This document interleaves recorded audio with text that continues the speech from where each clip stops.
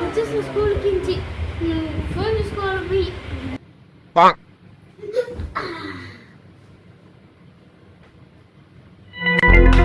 ఏ మరవాడా అక్క ఫోన్ పెట్టావా? చదువుకో కాసేపు. ఇప్పుడే కదా వచ్చింది, అప్పుడే చదువుకోమంటావు?